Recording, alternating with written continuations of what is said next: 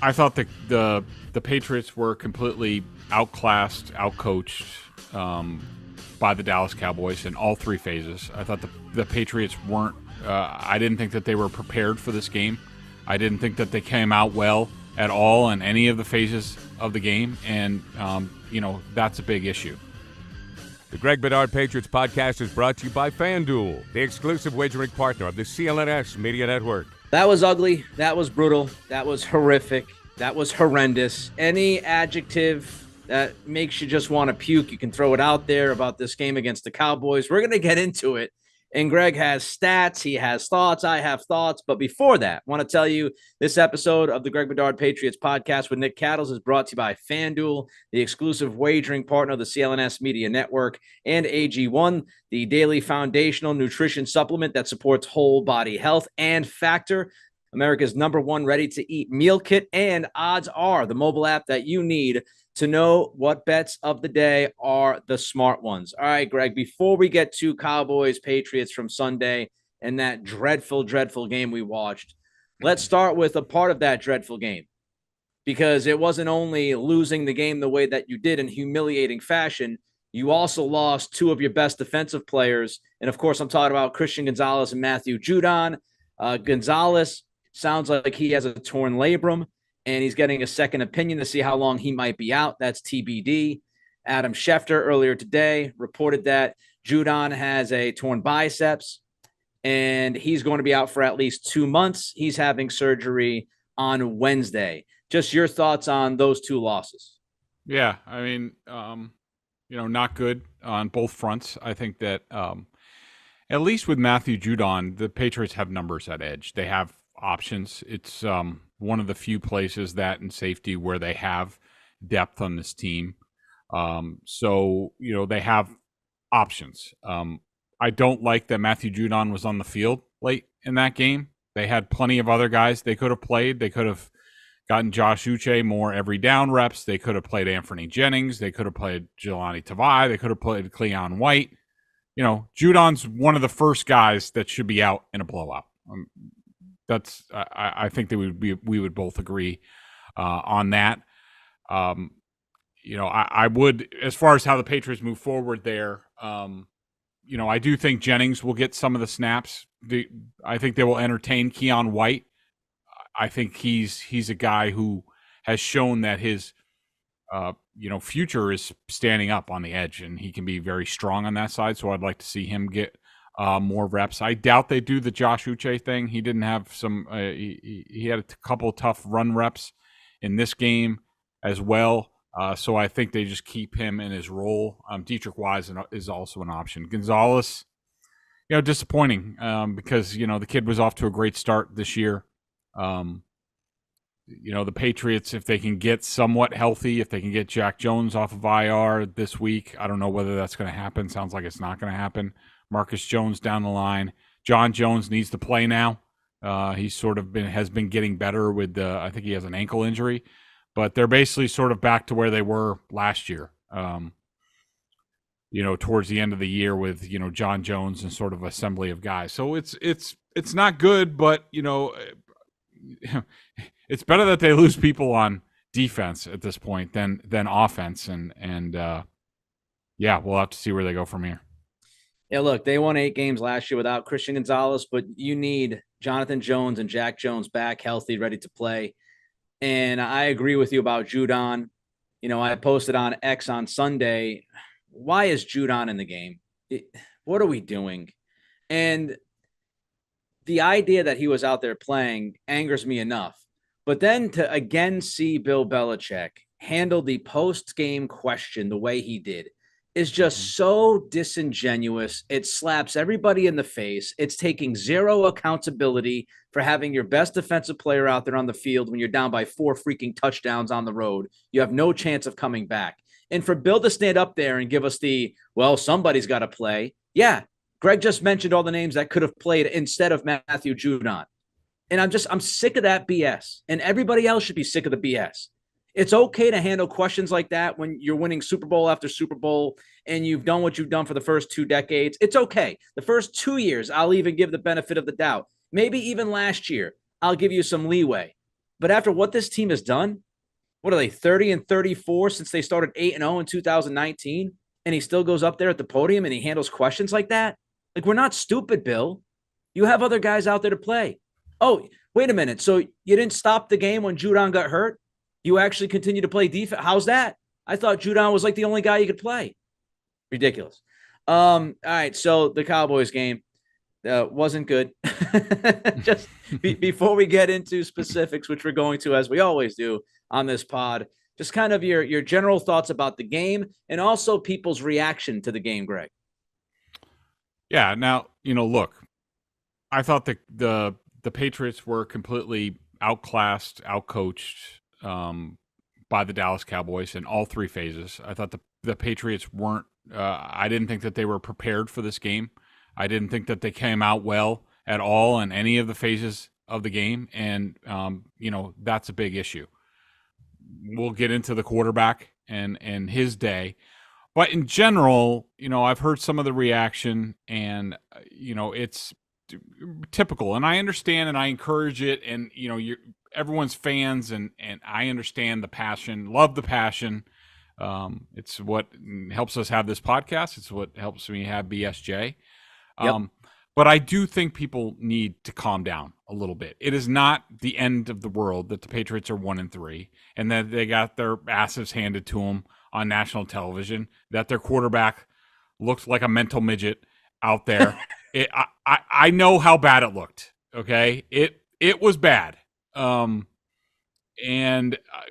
I really can't find many people. I mean, there's a few people out there probably that think that, they actually, were in this game, even if Mac played well or, managed the game, that they were going to be in this game. They weren't. They were completely outclassed in this game. But I think people just need to calm down. Okay. For these reasons. Number one, I think most of us before the season predicted that they would be 1-3 at this point. They had a very tough open to the season. Now given hindsight and looking what has happened this year, the Philadelphia Eagles, they're 4-0. They're off to a slow start. They're not playing well. Still 4 weeks in, they didn't play well against the Patriots. They're still not playing well. They're sort of like the new Patriots, where they can basically sleepwalk through the first 4 weeks and be 4-0 and work on things and get better as the season goes on. But between the Eagles, the Dolphins, and the Cowboys, you're talking about three of the best, probably top 5 teams in the league right now. Hold on. Did you mean the Dolphins or the Jets? Because you had the Dolphins. Oh, sorry. Did I say the Jets? Yeah. Okay, sorry. No, you said the Dolphins. You mean three of the top 5 defenses, right? So that would be the Jets, the Eagles, and the Cowboys. No, I'm just talking in general about teams. Oh, okay. Okay, my bad. The Eagles are a top 5 team. The Dolphins are a top 5 team, and the Cowboys are. Yep. 3 top 5, 6. They're just this is the upper echelon of the league. You're not there. I think we all knew this. Where this team is, and they played competitively in 2 of the games. They got shellacked, but that happens. And also, when you look at it from the offense going against those defenses, all 4 of those defenses, well, not the Dolphins, but you can't block, so you make the Dolphins look even better. But 3 of the teams have awesome defenses. And, so when you look at there's a lot of numbers out there. These are what the Patriots is averaging right now. This is what they did under Matt Patricia. Like, please spare me. Like, it's not apples to apples. Okay. Like, we're not talking about the same thing. The Patriots, especially their offense, has had an extremely tough schedule to start this year. They have a new coordinator. Things take time. And so, look, Sunday was horrible in a lot of respects, and I'm not going to downplay that and minimize it. But it's just one game. They're okay. Let's see what happens the next 2 weeks. To me, the season comes down to the next 2 weeks. If they win these 2 games coming up, then, they're on track where a lot of us thought they would be. So I think the hysteria needs to calm down a little bit. Yeah, I thought you were talking about the defenses. That's my bad. I meant the top 3 of the top 5 defenses, obviously. But yes, those 3 teams are 3 of the best teams in the league so far. It's a good point, and it's the right point. And, look, I understand this idea of the Matt Patricia stuff. And sometimes I'm big into numbers. Greg says that sometimes, right? I'm big into analytics. Greg's into numbers too. Don't let him fool you. He's going to give you numbers later on this offensive line. But even if we just said it was the same schedule from last year, yeah, you had Ramondre Stevenson looking like a different guy. You had Jacoby Myers and not Juju Smith-Schuster. Your offensive line, even though it wasn't playing great, was much better than it's been this year so far. So what would Matt Patricia's offense and Joe Judge's offense look like given some of these conditions and circumstances? As far as one game, I agree with you. We'll get into the quarterback in a little bit because I feel the same way about team as I do quarterback, but even more so about the quarterback than the team. Look, it's one game, and nobody should be judged by their worst game or their worst moment. No team should be judged by their worst game or worst moment. So it's about, what we see over the body of work. And I know you got to do a show today, but we got to do a pod this week. But the idea is, if they win the next two games and it's 3-3, do we look back and go, oh man, that was the end of the world. It was the end all be all, that Cowboys game. No, we won't do that.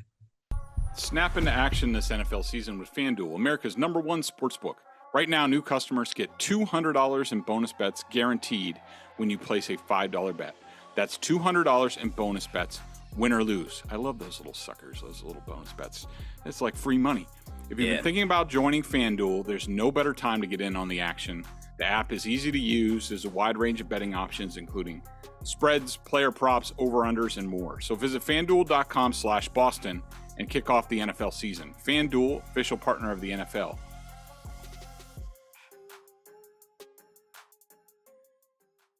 You have anything else, Greg, before we move on to the offense?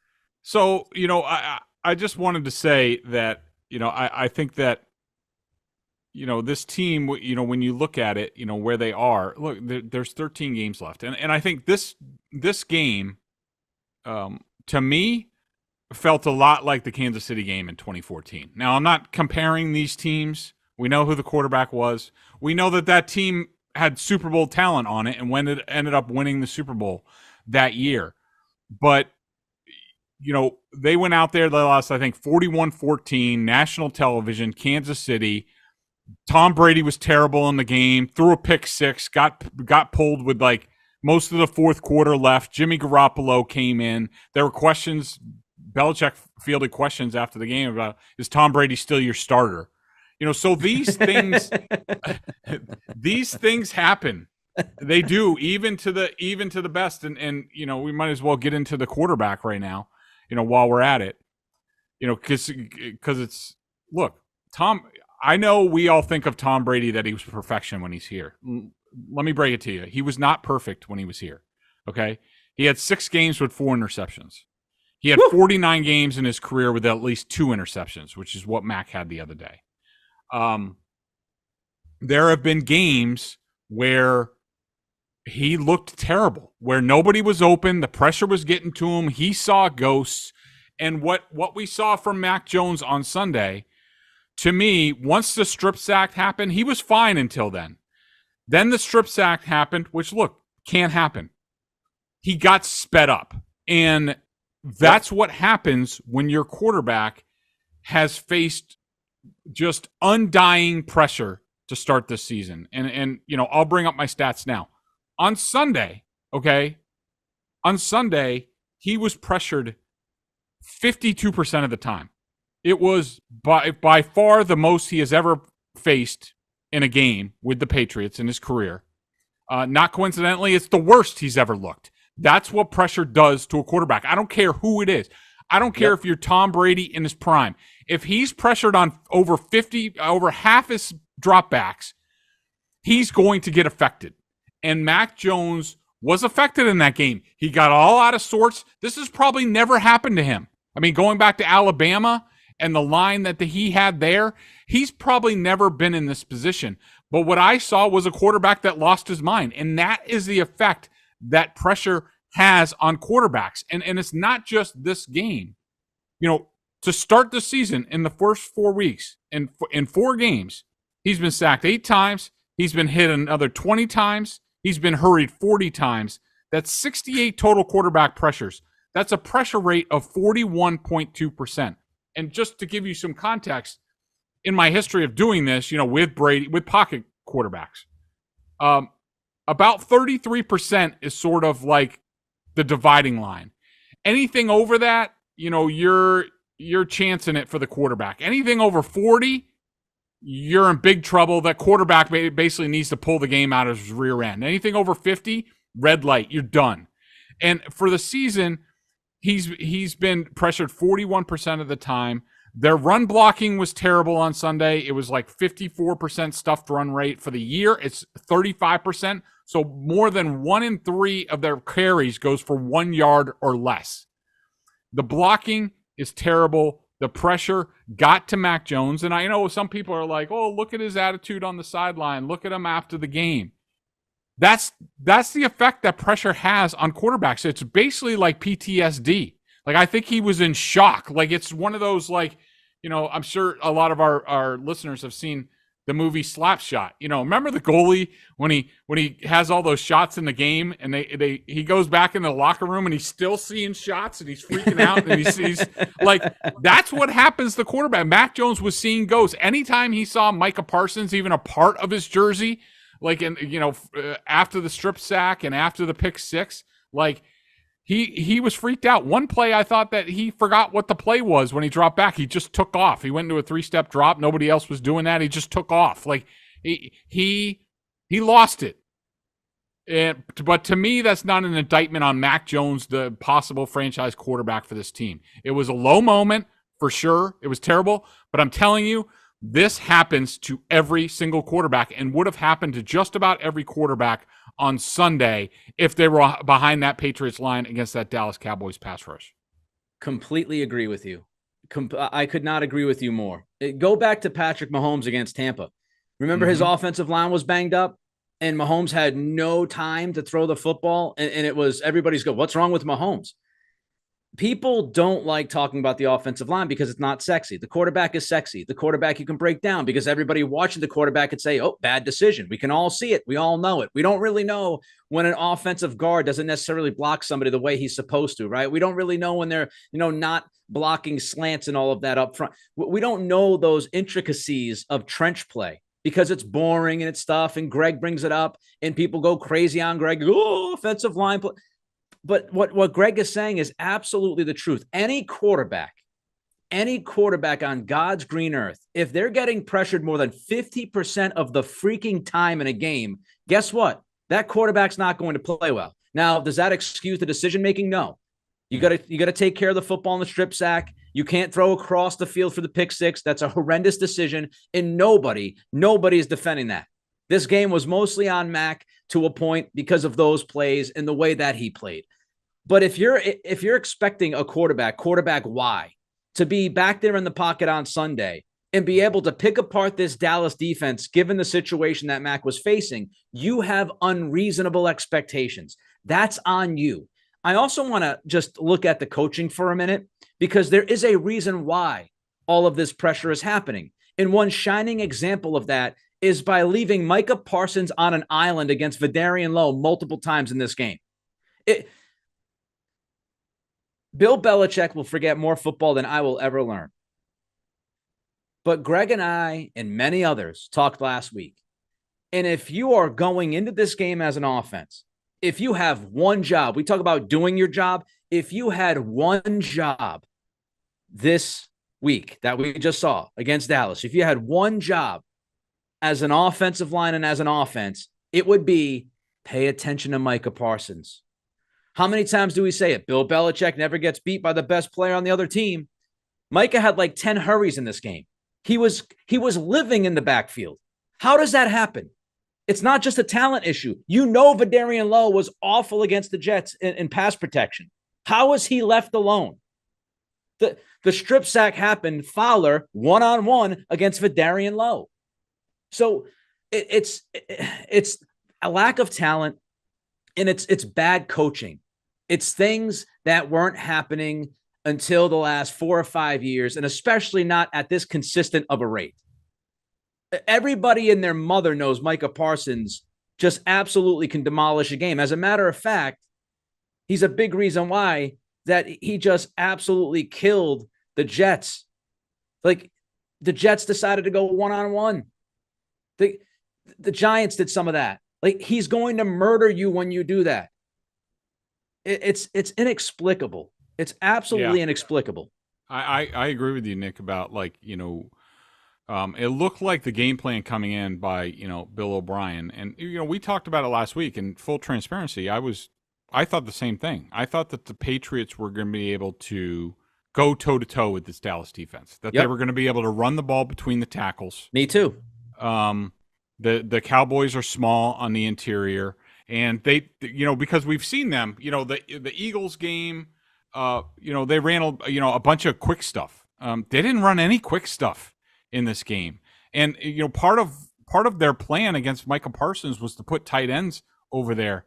And those guys can't block their way out of a paper bag. And I think, what I think really sunk this game was the play of Michael Winu at right guard. There's no way going into this game that the Patriots anticipated that he would have the worst game of his career, not only with penalties, 3 penalties, but he was awful in this game. And, to me, that was a trickle-down effect to, they couldn't run the ball.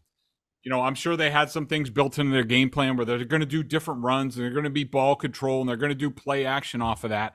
But, when about over half your runs go for 1 yard or less, and how many negative runs did they have? Like, it just limits what you can do. And now all of a sudden, you're playing right into the hands of what the Cowboys want to do. And they are the type of team that if they get up on you, they smell blood, and now they can pin their ears back. They can send more people. Like, it was a bad game for everybody, basically all the way around. But starting with the quarterback, I mean, look, I'm not going to excuse Mac Jones for the way he played. And if he plays like that again, he's going to get benched, and maybe for longer. He has to take care of the ball. His job is, like, look, if your offensive line doesn't have it and guys aren't open, you just got to throw the ball into the ground, and you got to punt, and you got to keep going because at some point, maybe somebody makes a play. Maybe somebody falls down on Dallas, and then all of a sudden you get a Pharaoh Brown touchdown. Like, that's your job as the quarterback. And I think he forgot that. I think he also probably heard some of the voices that, we're all talking about, like, look, they're going to play a lot of man coverage. Mac's going to have to make plays. This is a chance for him to step up and have his game. And I think he tried to do too much. And I think a lot of this week is going to be Bill O'Brien reeling things back in. But I mean, with Mac Jones. But the number one thing is, if they don't figure out how to block better, not only pass blocking, but also run blocking, if they don't get the run game going, if they don't get the blocking going, this offense has no shot. I don't care who the quarterback is. They have no shot this season. So that's where they have to start this week against, a pretty good Saints defense. 55% stuffed runs against the Cowboys on Sunday. So 53% pressure on the quarterback, 55% of your runs were stuffed.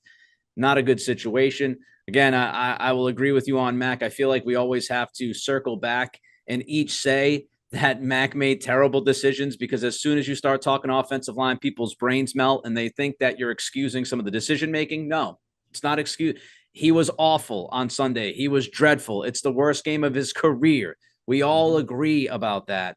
It's just, to me, part of the conversation. And I heard this from a friend of mine who was texting me, after the game about, I don't like how Mac handled the sidelines. And that one picture of him, literally a half a second when he's like smiling at Bailey Zappi. Everybody's going bananas. I saw plenty of camera shots during the game where Mac looked like he wanted to just murder somebody and was upset and disappointed. But we don't talk about those hundreds of camera shots. We get the one smirk to Bailey Zappi for a half a second.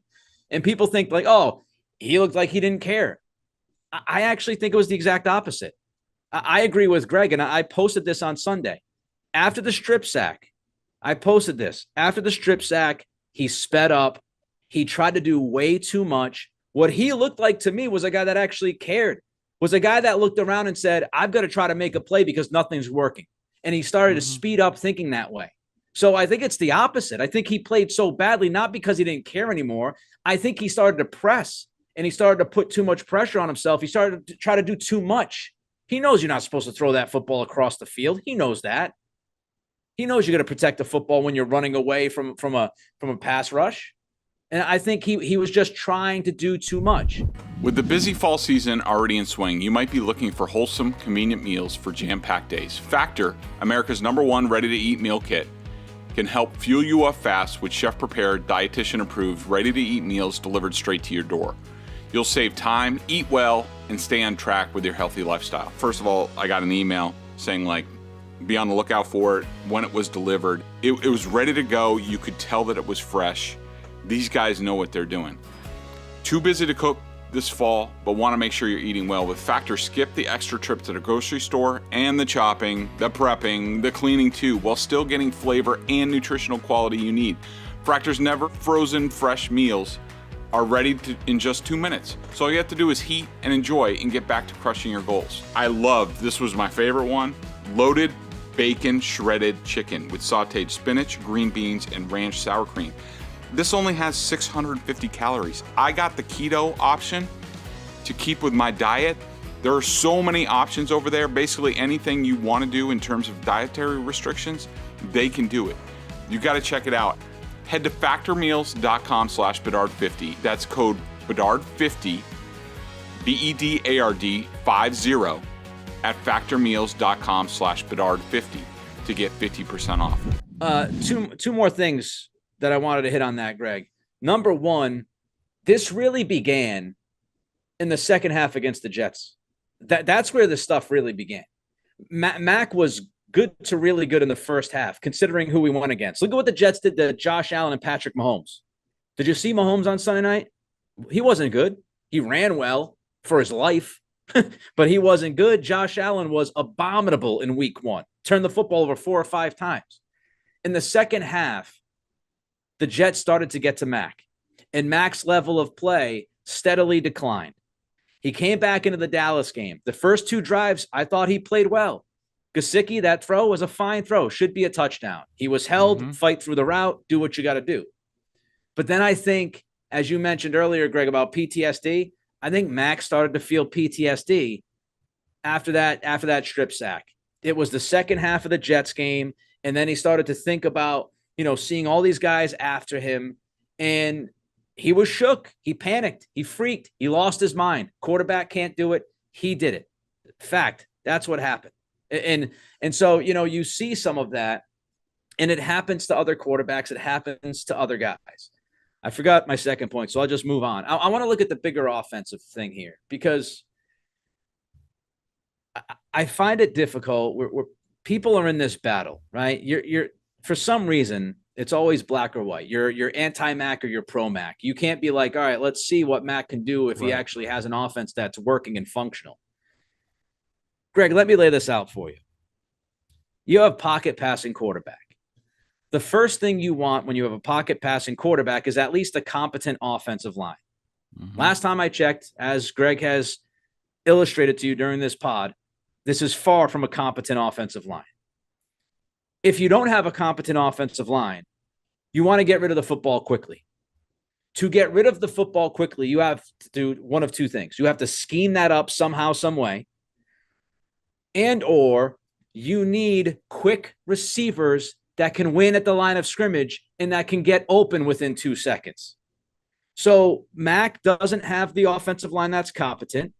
He doesn't have guys outside of Pop Douglas who played 18 snaps, which was less than Pharaoh Brown on Sunday. He doesn't have anybody at the line of scrimmage that can win, so he can't get rid of the football quickly all of the time.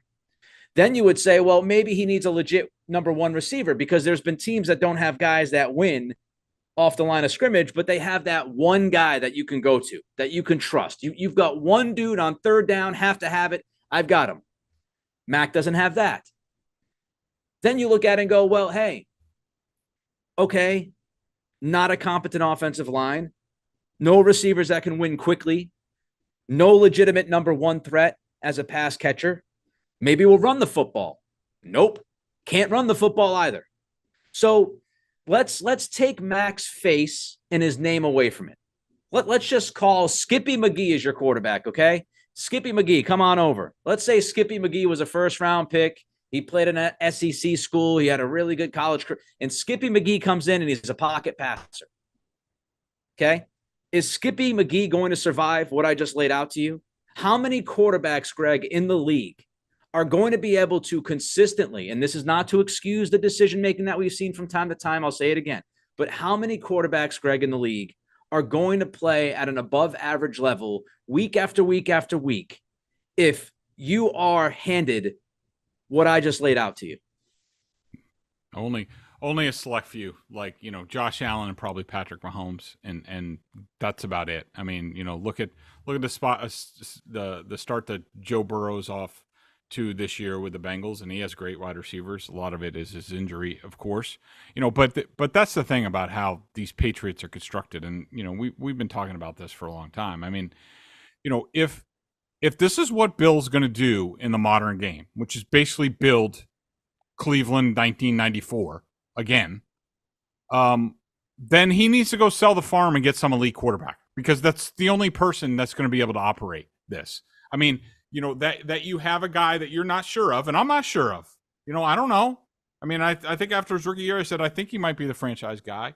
I don't know whether he is or not, but you have to know what you have to play to your talent, and you have to know, all right, what type of player is my quarterback? What does he need around him? Why don't I go get him that? But Bill doesn't do that because Bill's a defensive guy. I mean, if Mac had an offensive head coach, he'd be fine. If you swapped Mac Jones and Brock Purdy, I don't think the results would be any different. But if Bill was being honest, if Bill was being true to his job and doing his job, then in the offseason, after what happened last year with Matt Patricia, he would have said, all right, I'm going to beef up the offensive line. I'm going to either go sign a legit right tackle for big money, or I'm going to draft one somewhat high in the draft. I am going to get him. I'm going to re-sign Jacoby Myers probably, or I'm going to find better than Jacoby Myers, not broken down Juju Smith-Sanu. They would have done a lot of things, and that's what they would have gotten the guy a freaking third down back, like ever. Like you can't block. I mean, how many times have we seen Tom Brady? How many games, whether it was Shane Vereen with 14 catches or James White in the Super Bowl with 12 catches, he should have been Super Bowl MVP, where, when shit hits the fan, Tom could just toss it out to his running back who would make somebody miss. He'd pick up 8 to 12 yards, like every time. Yep. Going back to Kevin Falk. And he gives Mac Jones none of those things. And people are surprised that the offense looks like this. I mean, look, I'll say this in defense of the Patriots. There's no way that Bill Belichick thought this offensive line was going to be this bad. He thought Trent Brown was going to be fine. He thought Cole Strange would be healthy and take a year 2 leap. David Andrews is good. Michael Winner would be good again. And we'll figure out right tackle, Yep. But if we have to get by there, we can get by there. And it's been worse than they ever imagined. So some of that is just bad luck. But you have to do right by your players. We all talked about Bill puts players in positions to succeed. All he's done for the past 2, he did that to Mac Jones his first year. All he's done his last 2 years is put him in positions to fail. And people are surprised that he lost it on Sunday and finally broke. I mean, I just don't understand it. And I don't understand the rush to judgment. We talked about this before the season. I said, look, you have a new coordinator. I don't care if it's the same family and it's familiar and all this stuff. There's a bunch of new pieces. It takes time, especially on offense. I mean, you see it right now with Vic Fangio and defense. Dolphins aren't hitting on all cylinders on defense yet, and they have injuries too. It's going to take Vic Fangio time. The second half of the season is when those things take hold. And it was just a matter of, can the Patriots survive the first half of the season and not have too many losses before things start to get better. But they just did. I'm not making excuses for Mac Jones. He hasn't. He has made poor decisions. He hasn't proven that he can make winning plays in some of these games to pull games out. I readily admit that. And these are the big questions about him going forward. Can he do it? But Sunday, I do not think you can indict Mac Jones on Sunday. What transpired on that field, the Patriots were going to lose anyways. Even if he played perfect, they were probably going to lose like 24-3 in that game. The way things were going defensively and on special teams and how they came out missing tackles on defense and things. The team wasn't ready to go. And Mac paid the price. He made it worse, and that's where they are. Yeah, I think, there's no better play that really gives you an idea as to what this offense is facing than the 4th and 2, the second pick by Mac on Sunday. Go back and watch that play. And, I posted about this as well at Nick C Radio, if you want to follow me, Nick Cattle Show Podcast. But, I posted this the other day watching the game. The 4th and 2 play where he throws the pick where he's trying to get Juju on the quick out route near the chains. Go back and watch that play. And this is the collection of things that Greg and I have discussed over the last couple of years. Ramondre Stevenson cannot be the safety valve that Greg just brought up because Ramondre has to stay in the backfield to pass protect. Why? Because Dallas is playing man on the outside. Why? Because they don't believe your receivers are good enough to beat them. And they said it in the postgame. Why did you play man all the time? Why did you play as a... And they said, we played the way that we saw the film. We saw the film, and that's the way we thought we should play. I.e., none of these guys can get open consistently against us, even without Trayvon Diggs, which is an indictment on this wide receiver crew. But you have Ramondre Stevenson pass protecting on the 4th down and short because Dallas is sending extra rushers. They can send those extra rushers because you're playing man on the outside. No one gets open on that play. Watch it. Nobody's open. And by the time that Mac's in the drop back, again, this is not the disclaimer that I feel like I got to throw out there all the time. This is not to excuse Mac Jones for bad decision. I'm just telling you why that play broke down. It wasn't a case of Mac just losing his mind on that specific play. It was the operation that's not working. The receivers weren't open. You didn't have the back as the safety valve because he has to protect your ass. And what happens? Pocket starts to collapse. Nobody's open. It's 4th down. Mac's either taking a sack, he's chucking it downfield to Devontae Parker so everybody can complain, why are you taking a deep shot at Devontae Parker on 4th down and short? Or he's going to throw to Juju and hope a miracle happens. Maybe Juju will fight. Maybe he won't round off his route, which he did. Maybe these other things. So what is he supposed to do in that situation? He's been given a crap sandwich, and he's been bad at times. But I would look back and I'd say, first 3 weeks of the season, I had him B-, B-. Not great, but okay. First 3 weeks, B-, B-.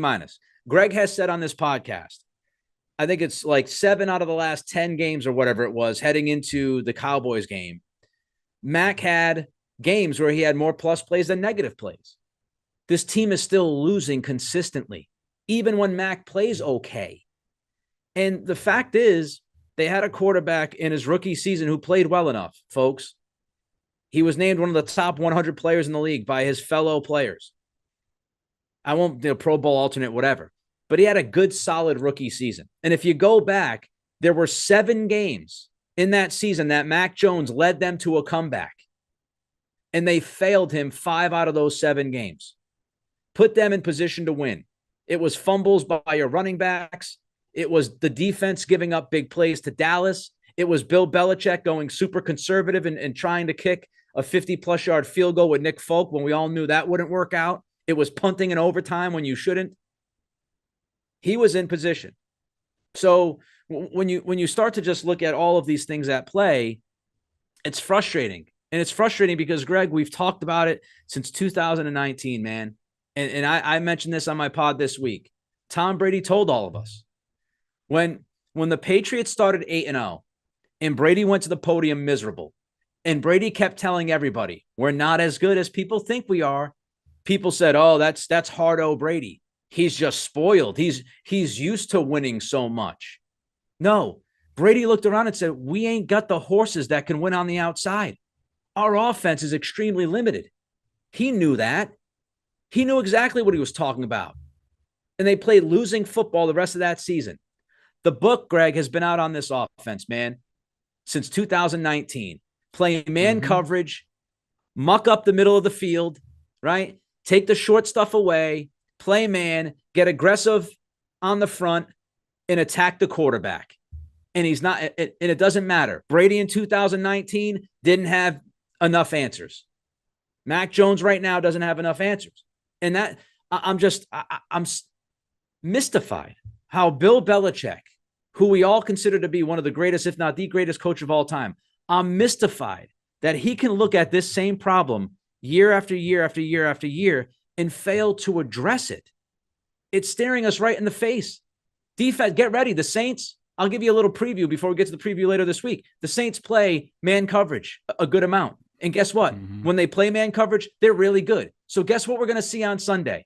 We're going to see a bunch of man coverage, aggressive up front, and they're going to test the receivers to win one-on-one. We've seen this movie before, Greg. Yep. And here's another stat for you. The Patriots, and to just tell you that, this isn't about the quarterback, this isn't about the offense. This team, dating back to last year, they finished 2-5 down the stretch. They're 1-3. They're 3-8 in their last 11 games. Poof. If you think that's just about the quarterback, then I don't know what to tell you. This is about the coach, the team, where they're headed. 3-8 in their last 11 games. AG1 is the daily foundational nutrition supplement that supports whole body health. I drink it literally every day. I gave AG1 a try because I was tired of buying and taking a million different pills and vitamins. I wanted something quick, convenient, and packed with all the good and essential stuff I needed to get through the day. I drink AG1 first thing in the morning before starting my day, and it makes me feel like I could take on the world. Tastes great, gives me a little boost, and then later on is the big payoff. Off AG1, I'm grinding to get through the day, looking at the clock. On AG1, I'm primed and sharp, especially mentally, for my very long days, especially during training camp. Covering my nutritional basis for the day literally couldn't be any easier, which is why I trust AG1. I just mix one small scoop with water and drink it first thing in the morning. Done. I also like that it costs less than $3 a day. Pretty good if you ask me. It's a really effective daily habit with high-quality sourced ingredients. Win-win. If a comprehensive solution is what you need for your supplement routine, then try AG1 and get a free 1-year supply of vitamin D and 5 free AG1 travel packs with your first purchase. Go to drinkag1.com/Bedard. That's drinkag1.com/Bedard. Check it out. All right, Greg, before we get to the defense, just you saw a Ryan Clark, Dan Orlovsky conversation that caught your attention. What was that all about? What did you see those guys talking about? Yeah, I forgot about that. It was basically what we talked about. Those guys are saying, like, that Mac Jones doesn't have enough around him. Like, you can't indict the quarterback. Then you have Rex Ryan calling him a pea shooter. And look, Mac has developed some bad habits. Back foot Mac is a real thing, and he needs to knock that crap off. Like, he can't, if he's back on his back foot and throwing like longer than even on he had a ball in the flat to Ramondre Stevenson that he threw off his back foot that he floated and it was on the wrong side of Stevenson. It probably cost him 3 yards, like little crap like that. He's got to clean up that stuff. But just in general, they were saying the same sort of things that we are. And I thought it was a good discussion about, basically it's like, you have to decide, like, what are you going to surround your quarterback with? I mean, look at Brock Purdy, look at Tua, winning teams, highly productive offenses. Are they the most talented guys in the world? No. Why are they doing it? Great offensive coaches with scheme and talent on the outside. Plus, Brock Purdy's got Christian McCaffrey and a bunch of running backs. He's got Kittle and Ayuk and Debo. Debo. Like, I mean, come on. And you're trying to compare what Mac Jones has around him to like these guys. I mean, it's a joke, and it surprises me. Patriots fans, are smart, and I do think I haven't gotten much blowback about telling people like it was bad, but settle down. So maybe they understand. But to me, this whole Patriots season, probably Belichick's future, maybe Mac Jones's future, comes down in the next 2 games. Like, I don't care what happens. They have to figure out how to win these games. I feel bad for Mac that it's the Saints this week because this is no break on defense, like you just said. With Cam Jordan lined up over whatever they have at right tackle this week, it could be Vidarian Lowe, it could be Riley Reif. Like, Cam Jordan is freaking good. And, Demario Davis, the middle linebacker, is freaking good, and they have a good safety, and they play great press man. Like, this is Mac needs a mental break. Like, I wish the Raiders were this week because the Raiders can't play defense at all. But he'll be fine when they play the Raiders. But this is no break for him. But he's got to look. It happened probably for the first time ever in his career, dating back to Pop Warner when he was under this kind of pressure in that kind of game on the road without much help around him. But now he's got to learn from it, and it's on Bill O'Brien to shepherd him through this and figure out, okay, Mac, if this happens again, because it's going to happen again, how are we going to deal with it? How are we going to play better? And I think that he will. Mac's a smart kid. It means a lot to him. The little grin on the sideline, I took it as he probably told him, like, well, you can't do any worse than I just did. Sort of bringing a little levity to the moment. Somebody's going in. Not a big deal. I think he was stunned, in shock after the game. Just let's see how he rebounds from this. Yeah, I mean, he wasn't angry or pissed or throwing things for 6 to 60 full minutes. God forbid. All right, let's get to the other side of the football quickly here, Greg, because all this attention, and we've paid most attention to the offense and Mac because that's been the story this week because how bad it was. But the defense, you don't think they should be let off the hook after Sunday? Hell no. The Cowboys ran right down the field on the opening possession. What was it, 29 yards on the second play because Marte Mapu wasn't in the right place in zone defense. They let up big runs. The only I've heard from a lot of Patriots fans, well, the defense did their job. They only gave up 2 field goals and a touchdown. I mean, come on. The tight end dropped a touchdown on the opening drive. Dak Prescott and Pollard ran into each other on 3rd and goal, where if they just handed it off, it was probably a touchdown. They had the right call. They just got it mixed up. I mean, look, the Cowboys went down. First of all, they held the ball for 10 minutes in the first quarter. 10. The Patriots only got 1 possession in the first quarter because the Cowboys they did whatever they wanted to. They scored. They had at least 10 plays and at least 70 yards on 3 of their first 4 drives. The only other one was a typical Mike McCarthy, let's throw 3 times on crappy pass routes because that's just what he does. Trust me, I've covered him for years. This is what he does. If he just handed the ball off, the Cowboys would have owned the entire first half. By the end of that 4th possession, the Patriots defense had allowed the Cowboys to gain 210 yards on 34 plays. That's 6.2 per play. Okay, that even includes incompletions, stops. 6.2 yards per play. They were going through the Patriots. The Patriots, I will give them a little bit of credit because Steve Belichick, as opposed to the Bills or the Dolphins, Nick, it was funny. Did you see any of the Bills-Dolphins game on Sunday? Did you see the Bills playing any 3 deep safeties in that game? Or did you see them not getting any pressure on Tua? No, I saw a Bills defense that whooped the Dolphins and were all over Tua and turned them over and made plays on defense against the Dolphins. That's what I saw. Did you see that? I saw that. Yeah. Okay. I didn't have. I saw that right. I will push back a little bit. I didn't have.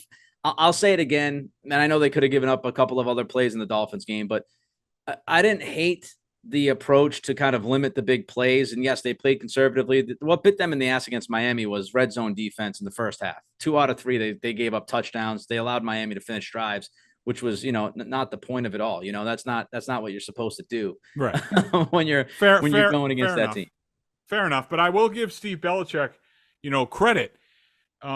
They actually tried to make plays on defense in this game. I mean, they blitzed Dak 40% of the time in this game. They blitzed the crap out of Zach Wilson, which is not a surprise. They always do that with weaker quarterbacks. I was surprised they did it in this game. Maybe it was because of, when Gonzalez went out, they weren't sure whether they could cover long enough. But they only got pressure on 21% of Dak's dropbacks. He had it easy. At times he could have, a recliner back there. They did not get a whole lot of pressure on him. And I'm sorry, when you construct the team this way, I'm not even going to get into special teams and how they gave up a 2-point conversion and Joe Cardona had a holding penalty and They let their punt returner get creamed for a 2-yard loss. When you're constructed this way and you put all your eggs in the defensive basket and you're like, this defense is going to be elite, they're going to carry us, they're going to do such and such. Like, this defense needs to play better. They need to go and make plays in these games. Like, Dallas got after the Patriots, and guess what? They turned them over and got 2 touchdowns off of it. You're talking about a defense last year that scored 7 touchdowns last year. They had almost 4 sacks a game last year. They don't have any. I think they have 2 turnovers this year. They have no touchdowns, and they're only getting 2.5 sacks a game. They need more out of the defense, especially if the offense is struggling. They got to go make plays, and I don't think the defense has made enough plays early on in this season. All right, before we get up to 3 up, 3 down, I want to remind you, BSJ, $50 a year. Bedard and Giardi crushing it with Patriots coverage.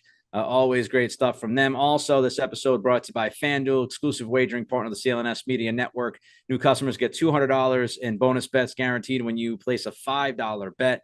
So thanks to those guys. All right, 3 up, 3 down. I'll go first. I've got 1 up and the rest suck. Dietrich Wise, congratulations. You were good. Nice. I had him on my list. I had Jelani Tavai as my number 1 up. This was probably the best game I've ever seen him play. Now, that being said, he did have the edge on that 46-yard run sort of late in the game. They got him on that. But I thought Tavai was great in this game. Dietrich Wise was my number 2. He was very impactful in this game. And then I tossed one more in just to rub it in a little bit because Demario Douglas. Guy actually gets thrown the ball, and guess what? He makes a 42-yard play. Pharaoh Brown played more snaps than him. Yeah, I mean, I don't know. Call me crazy, but you might want to get that guy some touches. Maybe. I don't know. What do you got for down? Oh, the whole team. Every single one of them. Other than Wise. I'll jump on Tavai for you. And Pop made a play. So that was good. But everybody else can get thrown in the trash from Sunday. There you go. I went with Mac Jones, number 1 down, just to make sure everybody stink, stank, and stunk. Vidarian Lowe had. Now look, God. Micah Parsons was there. Micah. Again, don't understand the Patriots' plan, and including an NFL exec told me, Cowboys, Dan Quinn's really good at showing you where you're weak because that's where he parks Micah Parsons all game. Guess where he parked him? Over right tackle. But the Patriots didn't anticipate that. They didn't have a real good plan for that. Their plan was to put Hunter Henry and Mike Gesicki over there who couldn't block their way out of a paper bag against anybody. Yeah, wonderful. And my 3rd down was Michael Wenu. I looked back. The worst game he's ever played as a Patriot. According to my grading, also PFF's grading. He was horrendous in this game. I don't know what's going on with him, but holy hell, if he keeps playing like that, if the right side of the line is just, it's a highway to hell. It's a dire landscape. Like the rest of the line's okay, but holy hell, those guys are terrible. So yeah, good times. This was fun. We got ready for this. We got you ready a little bit for the Saints talk later on this week, but we'll have a lot more on that game. We'll see what happens here over the next couple of days if there's any breaking news. And if you feel sad, just remember that the Boston Celtics traded for Drew Holiday. He's Greg. When do the Celtics start? Soon. Bruins are next week. Not soon enough. Celtics couple weeks. We'll see what happens. But Drew Holiday was nice. Everybody, I don't know. Try to get through it. Try to forget what happened on Sunday. We'll be back later in the week to, again, preview the Saints game. He's Greg and I'm Nick. What if there was an app that used AI and machine learning to suggest smart sports bets? There is, and it's called Odds Are. It is a mobile app you need to know what bets of the day are smart ones. Download the app, sign up for an account, and let the latest data analysis guide you through today's point spreads, money lines, and over-unders. I just did it. It's easy. If you see green, that's a smart bet. If you see yellow, you're on your own. If you see red, don't do it. Odds Are doesn't take your bet. It makes you better at it. With Odds Are on your mobile phone, you're a tap away from making a smart play. It's smart betting made simple. Find Odds Are app in the App Store or on Google Play. Get a 2 free week trial. It's just $10 a month after that. But hey, listen to that. That's for the usual people, the normal people. Listeners to this podcast, the Greg Bedard Patriots Podcast, you actually get a special deal. Get your first 30 days of the app free. Just go to oddsr.com/Bedard to download the app. That's oddsr.com/Bedard. 30 days of smarter betting free. We'd call that a winning bet. The casinos and sportsbook want you to bet. Odds Are wants you to win. Go get it.